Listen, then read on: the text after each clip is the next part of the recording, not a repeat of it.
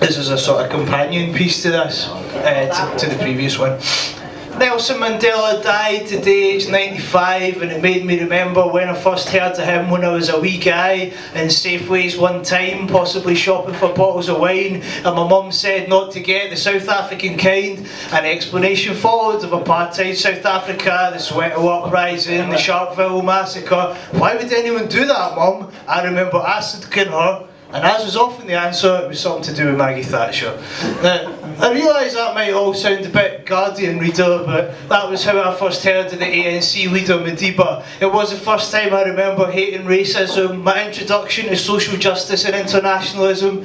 The next day in school, I'm writing in my news jotter, did a wee story all about Nelson Mandela, said there was a black guy in Africa that was in jail, and did a wee picture of him sitting in his cell, and said that when me and my mate Alan turned 10 we were going to go over to Africa and break him out the pen. Then, fast forward to 1990, just a few months shy of my 10th birthday. 18 months to be precise. I see on the BBC that Nelson Mandela's free, Desmond Tutu's dancing about and shouting yippee, and I'm not saying that FW de Klerk heard what we were planning and knew about me and Alan and heard what we were coming, but he might have done, he probably did, he must have done in fact, and that's how we set Mandela's freedom on a fast track.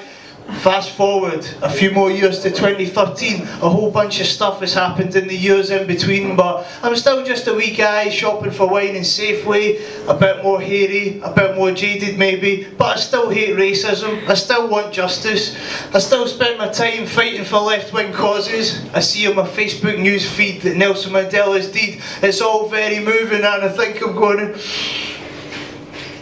Fast forward a few more days to his funeral. The outpouring of grief is truly incredible. Even the President of the United States takes a break from bombing Afghan weddings and wakes to make a statement about how Mandela made him want to be a better man and be less like Patrick Bateman.